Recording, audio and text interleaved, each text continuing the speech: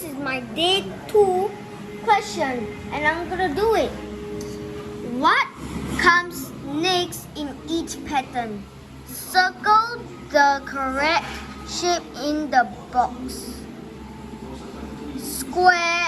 Rectangle, square, triangle, rectangle, square, triangle. Guys, I think I'm seeing a clue. Wait, I covered the clue. Do you see the clue? Triangle, rectangle. So after the triangle is, that's right, rectangle.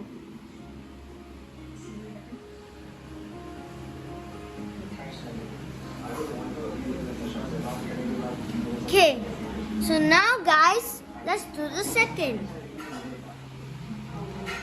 Circle, big square, circle, big square. Guys, I think I'm seeing. Look at this square. This small square is actually a trick because all of these squares are big just like this. So what is the answer here? Yes, it's the big square. Good job, guys. You helped me answer the question. Hope you enjoyed my day 2 question. Make sure to like, subscribe, and hit the notification bell. So if you want to see more studying videos, just follow me. Bye bye.